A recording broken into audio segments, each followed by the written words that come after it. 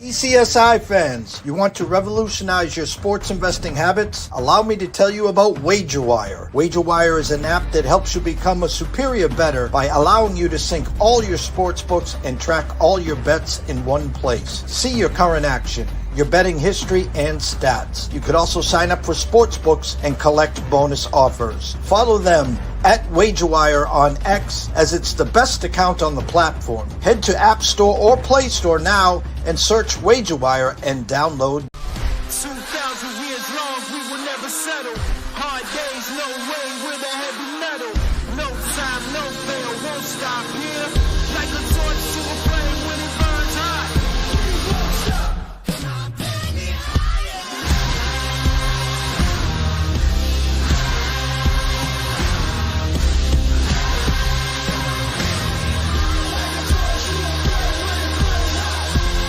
won't stop.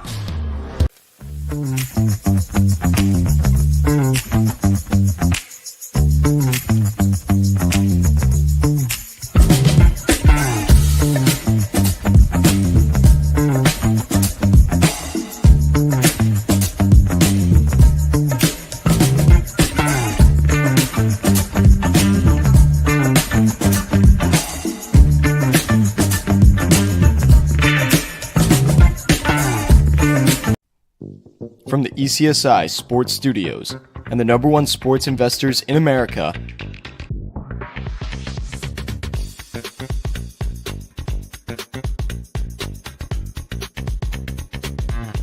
we bring you the closing bell. As the market closes, legends Jeff Dawson and Riley Magnuson bring you all the sports investing tips for tonight's matchups. If you want to learn more from the two legends at the desk, make sure you stay tuned to the closing bell. Good afternoon, sports fans from all around the globe. I am the co-host, Jeff Dawson, East Coast Sports Investors, and it's that time of the day for the closing bell for Wednesday, April 2nd, 2025, the second day of April. One day closer, a week from today, we'll be talking about one morning till the Masters. Yes, I know, I'm like a kid in a candy store. But anyways, this week we got some great stuff. UFC to talk about, PGA Valero Texas Open, the Final Four on Saturday. UConn women in the Final Four. They'll play Friday and hopefully on Sunday for the championship there. I think they take on UCLA on Friday there. And then Monday night, we cut the nets down, and Tuesday, it's Masters week, and we're off and running. So first and foremost, a shout out to the proud partners and sponsorships. It's WagerWire. Head on over to Google Play, download the app. It is free. Viva Tequila Seltzer, 6 flavors in all. The East Coast is cuckoo for coconut. And Atlanta Steaks and Seafood.com, steaks, chops, seafood, wines, appetizers, 4 subscription plans. Terry Smith, the best in the business, giving away a 2-pound bag of shrimp with an order of $1.99. Head on over to Facebook, introduce yourself, tell them JD from ECSI sent you. So without further ado, Mr. Riley Magnuson. What's up, champ?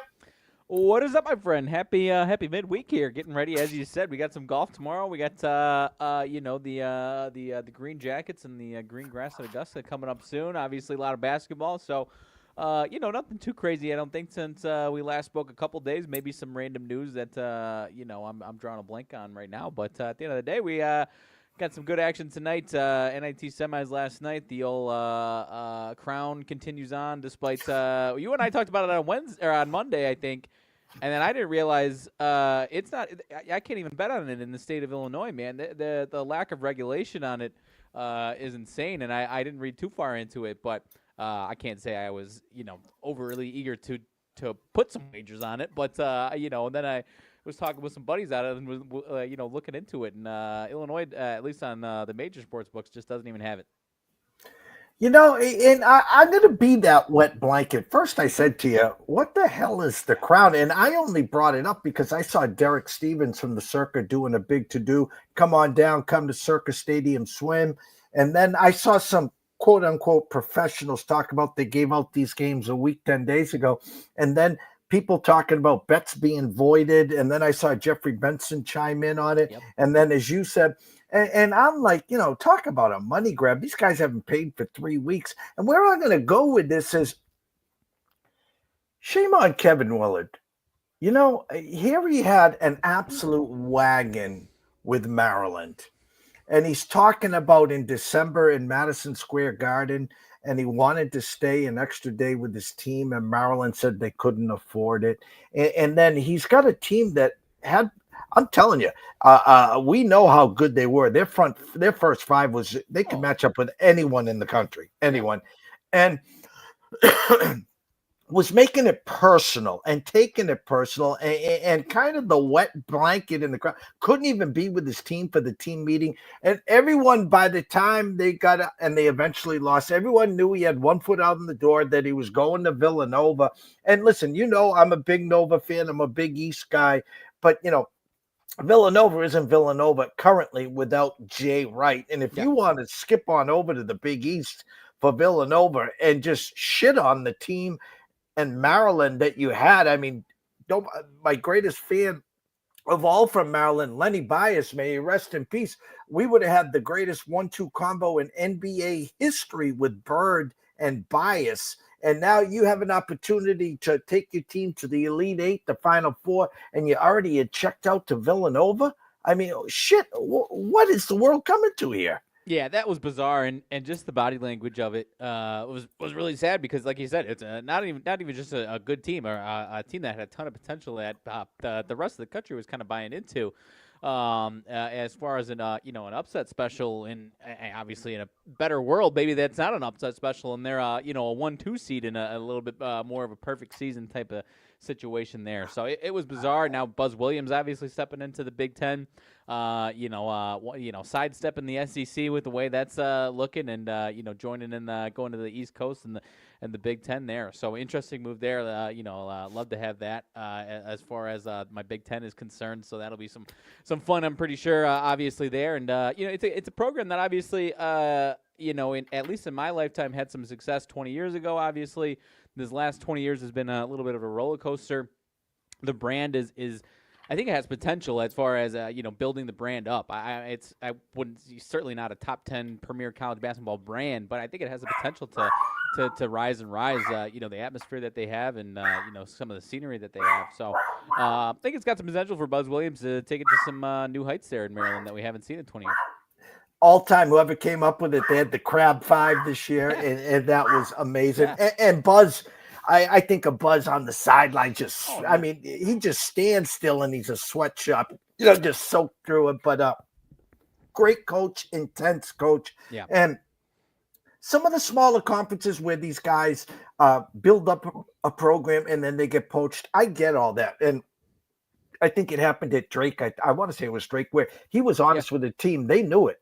But he was open and honest. And when everyone knows it and you don't want to be honest, shame on you. And maybe Kevin just couldn't take the heat. Maybe he wanted to stay, but he saw the direction they weren't spending money. Whatever it was, but that was piss poor. And then I just was thinking of the crown and the money grab. I mean, I thought the CBI was enough, but now you add the crown. So UFC this week in Las Vegas. No crowd, small octagon. We'll have Lou on tomorrow, of course, at 3:00 for Fight Night Fortunes. Anything grab your eye here on this card? Yeah, this one's not as star-studded. It's a solid card top to bottom, but not quite as star-studded. Another one with a lot of minus 250 to minus 300 favorites. So if you like some underdogs, there's some opportunities that could absolutely get in there. The main event, Josh Emmett plus 260. I'm seeing against Lerone Murphy, who's 15-0-1. Josh Emmett has been a good fighter for sure, but typically how these things go when you got a guy who's up and coming fighting the wily vet who's 39, 40 plus, it typically goes 9 times out of 10 the way of the younger up and coming guy, and in this case Murphy, who's 33. He's no 23-year-old or anything like that, but certainly kind of see the tide shifting there to Murphy taking on. I'm not saying Josh Emmons going to be a pushover by any means. He's going to put up a great fight. I'm sure of it. He's a warrior. a 19-4 record in his professional career as a 40-year-old. You'd think it's a little more decorated, with all due respect, but he's been kind of lurking in the middle of the division there, and I think Murphy's got a great chance to get that one done for sure there. The third fight is one of the ones with the closer odds. I'm sure I'm not pronouncing these right. Cortavius Romeus and Chang Ho Lee. Lee is the favorite in this one. He has not. This will be his second UFC fight. So I haven't seen too much of him, but I do like him as the favorite in this one. Curious to see where their odds will move these next few days on this one. Romeus. This will be he was in the Contender Series. This is his second fight in the official UFC series, whatnot. And he lost his first one. So I think it's a great chance for Romeus to put on a show and make a name for himself. But I like Lee in this one. But other than that, another one of these ones that I keep saying on these fight nights where there's a lot of names that you probably aren't going to recognize. So good chance to get some quote unquote tape on these guys for yourself and kind of make your own opinion on some of these guys as they're coming up. This morning we had Brady Cannon on at 11 o'clock for the Valero Texas Open. And the night before I put in my one and done pick, I took Corey Connors, one of the favorites. Ludwig Oberg is the favorite. He's had great success in this tournament there. Played in Texas. And then I had an epiphany this morning, and I talked to Brady. I talked to my partner, and I always talk about the week before a major and the week after, and this one particularly because history shows if you win this week, you're not winning next week in the Masters. And so who is that guy? Who's the star-studded guy that wins this week? And then you got that little doubt, like, well, this guy plays real well at the Masters, and he's hot. He's in form. I came to Jordan Spieth, and it was 25-1. I switched from Connors to Spieth. He obviously a hometown kid in Texas there. But again, Oberg, Connors, Fleetwood, Spieth. No Scheffler, no Rory, but there's enough star power here. It's not an elevated event, but it's the week before the Masters, Riley. Yeah, a lot of guys, like you said, trying to get ready. Batia is the defending champ. I think he's around 25-1, something like that. Hideki, another guy that I've been kind of circling the wagons on, but another guy that absolutely can win next week at the Masters. And so then, I was looking at a little bit deeper. Tony Finau, 35-1 in a field like this, I don't love necessarily. Keith Mitchell, another guy that I've always loved, has been making cuts. He hasn't been playing as much PGA these last couple of months, but made a lot of cuts in the early parts of the football season time of the the first part of the PGA season. So Keith Mitchell always a sleeper in tournaments like these where he might say this is one that is important to me, and obviously next week's big, but this one is important to me, and I'll go for it here. So that's another guy I'm looking at. Tom Kim, 40-1 in a field like this. Not a guy that I'm probably looking too deep into. Let's see who else you got. I already said Hideki. Patrick Cantlay, another big name that's in this one. Wouldn't surprise if we see kind of a ho hum from him, and the next thing you know, he's 3 under every single day, and in contention on Sunday. So, like you said, it's hard to pick a favorite if you think they're going to be in form and you want them. It's a guy that you like next week because, like you said, history does not bode well for the winner of this event into next week. So,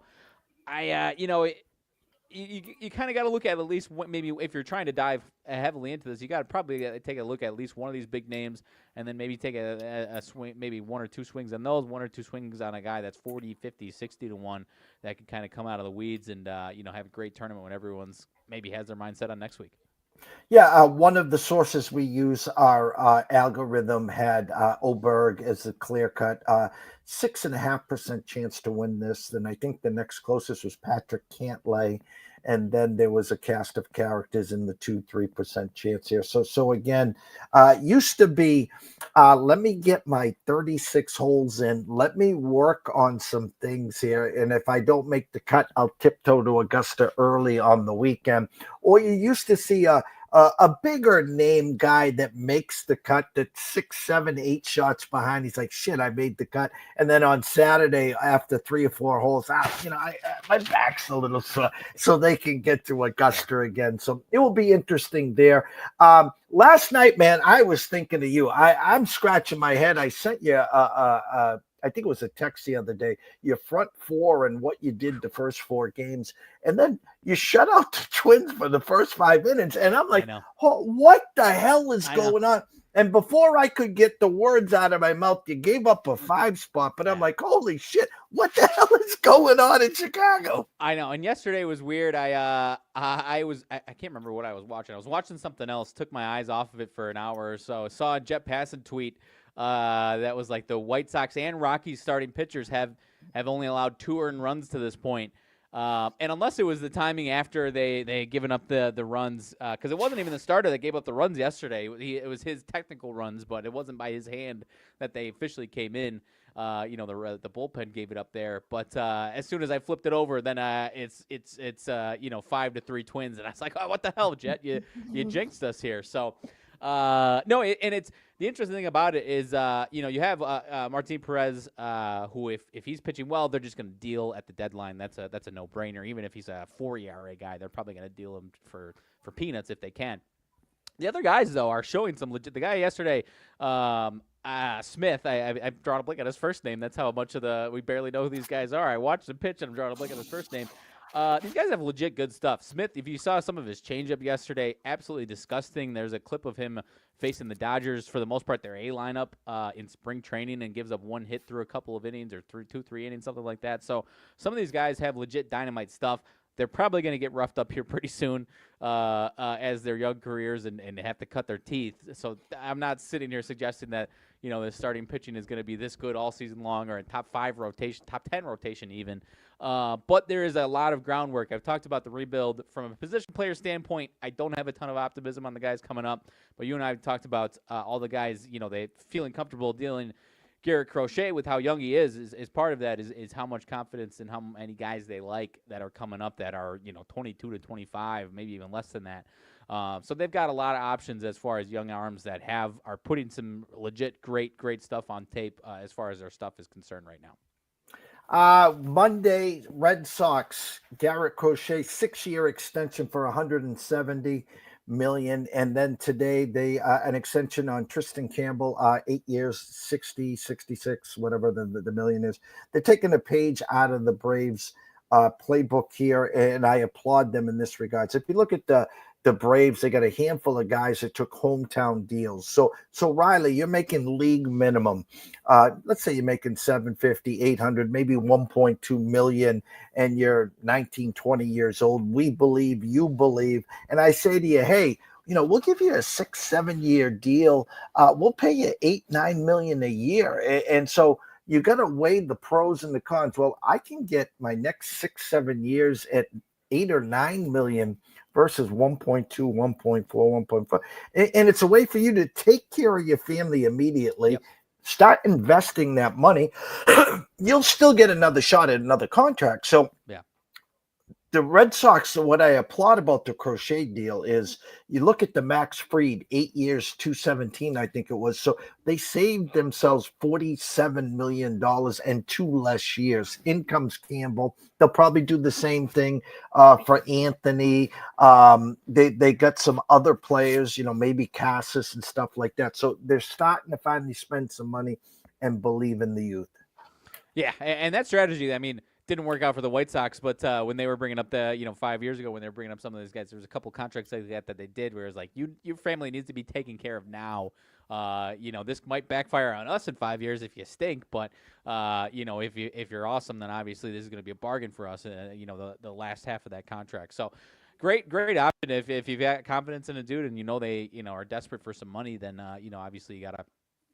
You can get a mutually beneficial situation there. So, baseball's moving along. I think the buzz on it is good. I would say more buzz nationally for the first handful of games than there's been with maybe the younger generations the last decade or so. Maybe I'm reading too much into it. I don't know. You got the torpedo bats as far as some headlines are concerned. Whether or not there's as much buzz the buzz is necessary for that, I don't know, but. I don't know. It seems like there's some good buzz around the MLB where we're starting in the end of March and early April right now. Yeah, no, you talked about the torpedo bats, and if they get out of hand, either A, they're going to pull them out, or B, they'll just insert the dead balls. So as I said in our alert last night, welcome to the steroid era, which is now the torpedo bats, and we can just offset it with the dead balls. That's number one. Number two, the whole world. I saw on social media. I mean, I wanted to vomit. When is this going to end? We got walking bets and we got sitting bets and all the stupid bets that are going on there, the Trents of the world and all these other clowns. But the funny part now is I'm seeing 5- and 6-legged torpedo bat home run parlays. Yeah. I mean, enough's enough here. But, again, now people are saying, hey, if I had a bad afternoon and a bad early evening, the hell with it. I got the Dodgers at night because they're undefeated. They're winning by the run line. Well, no one talk about the Padres. The Padres quietly right there. My San Francisco Giants taking care of business. Arizona, we had the, team total over last night. Suarez says, hold my beer, and he hits the grand slam to get them over. So baseball is alive. It's well. We haven't even got to the first full week. My Red Sox here, big spot for them. Garrett Crochet pitching today against Eflin, who they've had great success against, meaning Mr. Rafael Devers, who set a history record with 15 strikeouts and thinking 19 at bats. So hoping the Sox can bounce back, get themselves back into the win column as they get ready to have their home opener Friday against the St. Louis Cardinals. Right, and only a handful of games left on today's slate. White Sox and Twins have been in a rain delay, I think, for 3 hours now, and they will play in my neck of the woods. The sun has come out. It was the gloomiest day, 45 degrees all day. And before the show, I checked my app, and the sun, you probably saw me getting blinded by the sun as I'm sitting here, 65, jumped about 20 degrees in an hour. So at some point here in the next hour or so, I bet the Twins and White Sox will get going there. Other than that, you got, not in your neck of the woods necessarily, but Red Sox and Orioles. Red Sox short favorite right now with Crochet on the mound against Eflin, so that's a good pitching matchup. You and I talked the other day. It was a lot of 4th and 5th starters today. Looks like a lot of aces or first, second guys, whatnot there. So Yankees minus 135 tonight. I guess will be the one with Rodon against Gallen. Is that respect towards Gallen or maybe a little maybe disrespect towards Rodon's way? Well, Rodon, what are you going to get from Rodon? And don't forget, Road Gallen has been, road meat, road kill of, last year. I put it in the alert when I saw last night 3 starting pitchers on the road as favorites. One, of course, was Corbin Burns, who his numbers have gone down, and down. So I wasn't a big fan of that, but you don't see the Yankees as underdogs very often. Second of all, Eovaldi at Cincinnati. Cincinnati now has been shut out 2 games in a row. Eovaldi pitches a complete game, 9 innings, and you don't see that in the first week. Hats off to Eovaldi. And Logan Webb, who had struggled last year, but road favorites at Houston. And I know Houston was bad at home last year in stretches. But again, here's the San Francisco Giants, who facing Frander Valdez today, up 5-1, bottom of the third. So again, the home woes of the Astros. You might want to take a look at the Astros on the road versus at home there. So as you said, currently Cincinnati lost 1-0 to Texas. Kansas City, Milwaukee, Peralta outguns Reagan's 3-2. Skeens Day, Skeens was lights out as usual. They hold on and beat Tampa Bay 4-2. And listen, we've talked for years about Kikuchi. Here he is now again, back-to-back blow-up starts as St. Louis wins 12-5. Currently going on top of the 7th. Toronto 4-1 over Washington. I thought it was a great spot for Washington, though Gore pitched his ass off first game, so maybe a drop off or, as we like to say, regression spot there. But I thought the Washington offense would score more than one. They're down to the last 6 or 7 outs there. The Cubs, listen, MLB did them dirty. 2 games in Japan, and then they had them traveling. They were in San Diego, was it? I think so, yeah. Arizona to start. No, Arizona, then Oakland, yeah. Then Oakland, but their bats have woken up there. They're up 8-2, as I said. San Fran 5-1 at Houston, and Cease versus Lively. San Diego red hot, undefeated, 4-0 top of the 4th, Rowdy. Yeah, and Seats is kind of one of those obviously I've got my own biases there as far as how much I like him, but 2 years ago Cy Young candidate with the maybe it was 2022 with the White Sox, and then a little bit of regression, still solid last year. So curious to see where he goes this year for the Padres, because if he's ace level stuff, then they're obviously going to be really good there. So NBA tonight, my friend, handful of games, but I think only 2 games that don't have a double-digit spread tonight. There are some ugly, ugly spreads tonight. You've got 15.5 in Indiana, 13.5 for a Kings team that has been playing about as bad as just about anybody, but they are playing, of course, the Washington Wizards, who, I probably got to give more credit to as far as playing bad. There's just different levels as far as the tanking for flag teams, but the Sacramento Kings, a 13.5-point favorites, the way they're playing right now is out of this world. I'm not going to touch that one with a 100-foot pole, but I'm not taking the Kings as favorites, let alone 13.5-point favorites right now, Jeff. Celtics in Boston, 10.5-point favorites against the Heat. Houston, 16.5-point favorites. The one that I wanted to see if you thought was a little stinky, you got the Nuggets. As long as Jokic is playing, it's still game time decision right now. He is questionable. They had a long, long game last night. They are home for the Spurs tonight, though, who Spurs have lost 5 in a row. Nuggets, not lighting the world on fire, but lose a tough one last night. Obviously, I'm sure if anyone was paying attention to the highlights, they saw how that one ended. 1-point loss there on some goofiness, or 1 or 2 point loss. 9.5-point favorites, 9 in some spots. They were much higher than that at home against the Jazz. Jazz, obviously, a different level of dumpster fire. Higher favorite than this against the Milwaukee Bucks about a week or so ago. Is this one, were you concerned about the Nuggets in this one? Obviously, if Jokic is out, then that makes a heck of a lot more sense, and maybe that's the answer here. Yeah, 15 overnight, 9 or 9.5 right now. That to me tells me Jokic is out.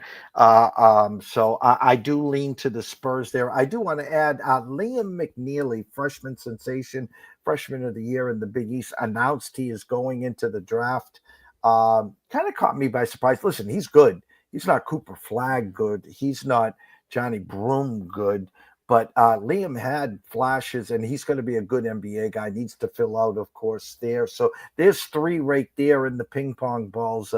And let's just hope Danny Ainge and Utah don't get the 1, so he gets Cooper Flag there. But yeah, it is a San Antonio number for me for sure at 9.5, Riley. Yeah. Yep. And if Jokic does play and we're still sitting at 9.5, then something else is going on here. Because I mean, the guy had what? I don't even remember what his stat line last night was. One of the greatest stat lines you'll ever see, unless that was 2 games ago. I'm already losing it. It was last night, right? They double overtime, so it must have been last night.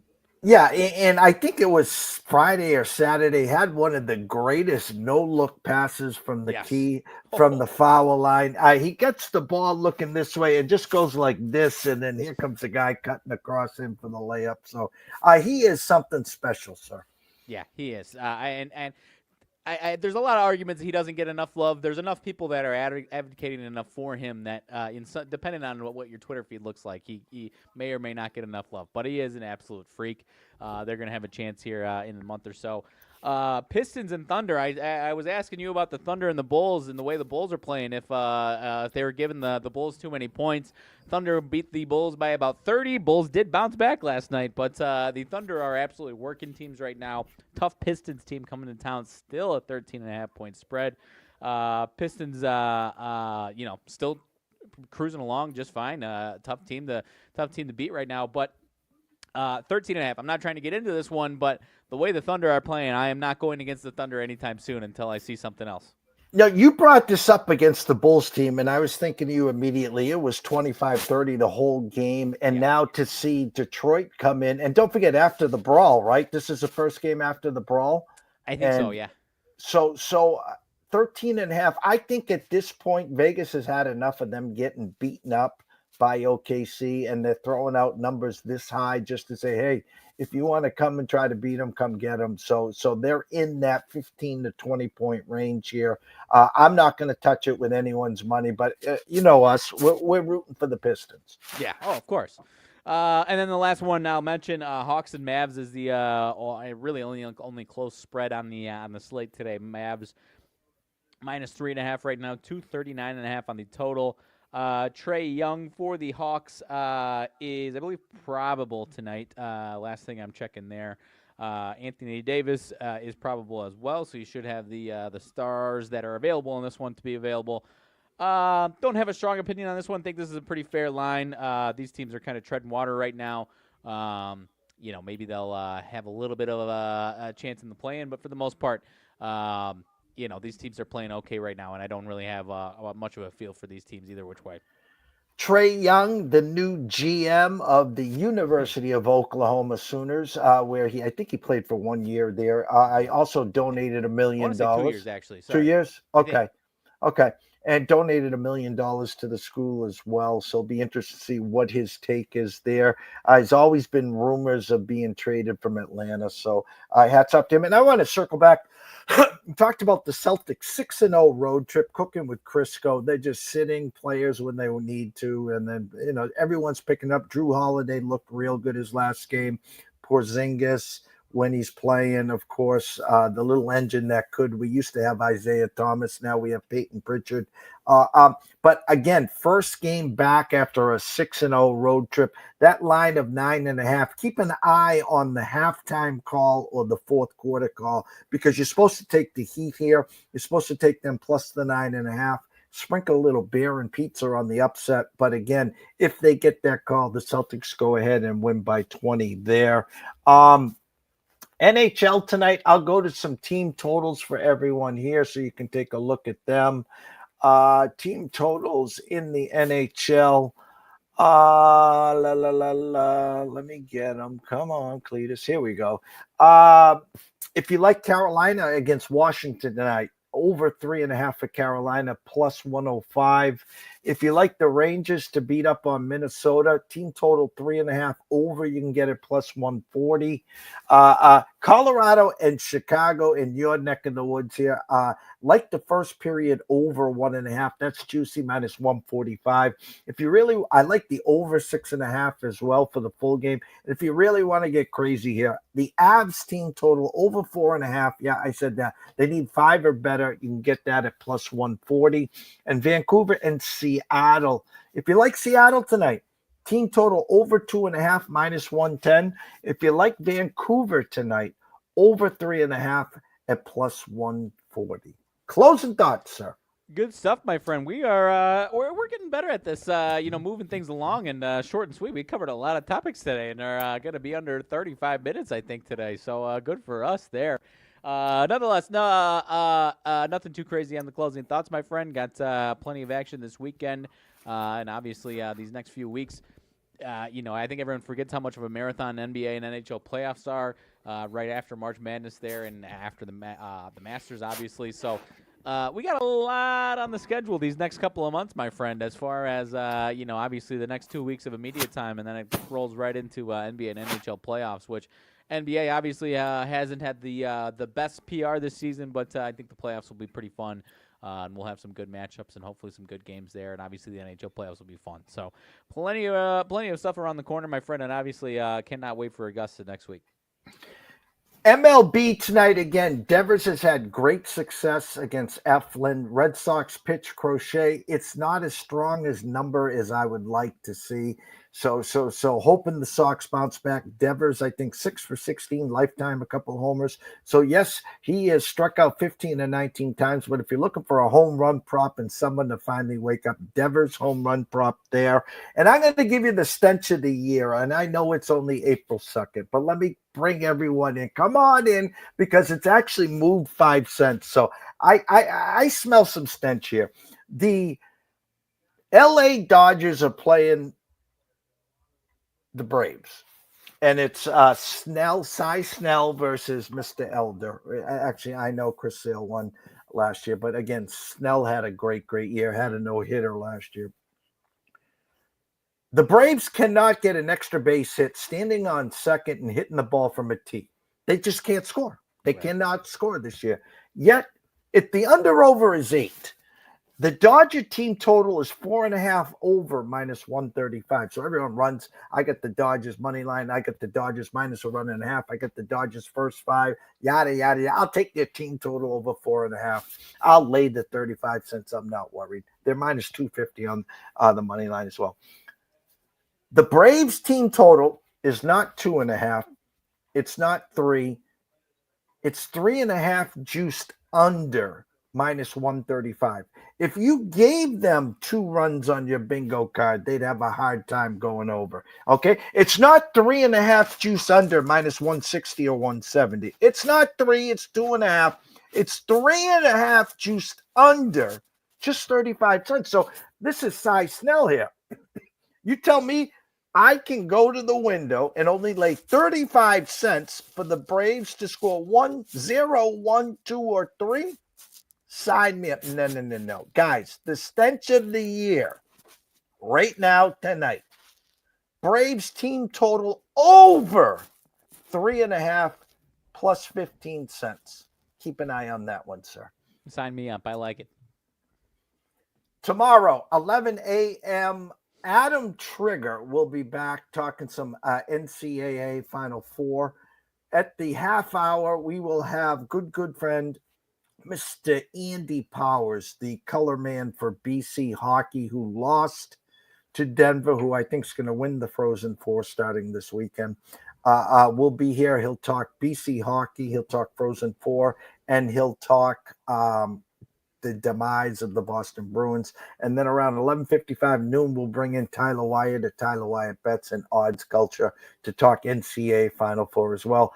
3 o'clock will be Lou Finocchiaro Fight Night Fortunes at the Las Vegas Apex. And myself, I will be on Sports Grids tonight at 8:30 with, I assume it is Scott Wetzel and Dave Sharapan. So for myself, Jeff Dawson at EC Sports Investor, one and only, Mr. Riley Magnuson at Riley_Magnuson. The one. We wish everyone a blessed day. Enjoy yourself, and we will see you soon.